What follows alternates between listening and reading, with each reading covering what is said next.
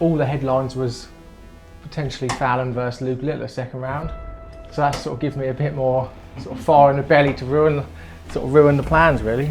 Oh, I love matches like that. I love playing the top players, especially on the stage. After the match, people were sending me screenshots. I think like people like David Beckham was putting on his Instagram watching Luke Littler. Obviously, I lost the game, but I sort of felt good after the match. I sort of thought, well, I'll really give that a good go, and it was entertaining for everybody, so I was pleased with it.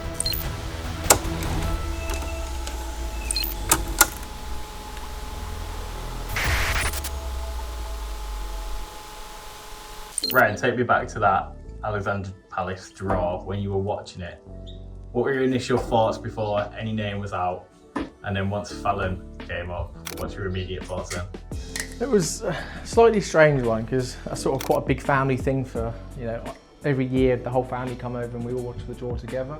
So, yeah, there was a few sort of oohs and ahs, but I just tried to break it down as, you know, I sort of know Fallon a little bit and I know she wasn't very well.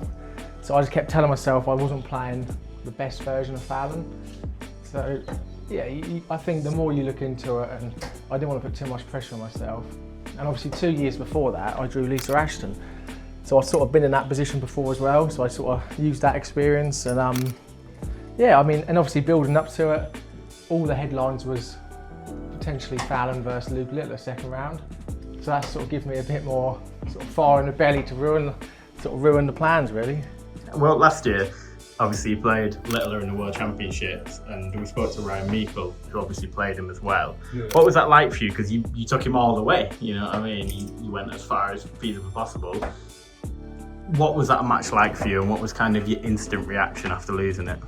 Oh, I love matches like that. I love playing the top players, especially on the stage.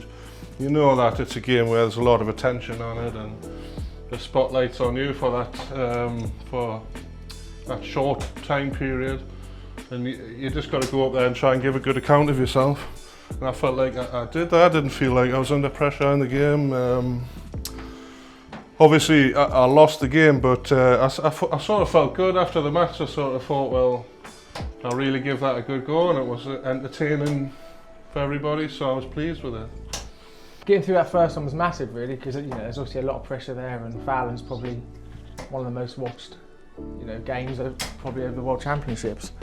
So to come through that gave me a bit of confidence, and then yeah, I was quite relaxed for Luke. Playing Luke, I knew there was absolutely no pressure on me, and I think I showed a bit, but I was probably a bit disappointed in the end not to win another set. Do you ever think about the mainstream audience when you play in an event like Ali Pali and you get a draw against Fallon and a draw against Littler?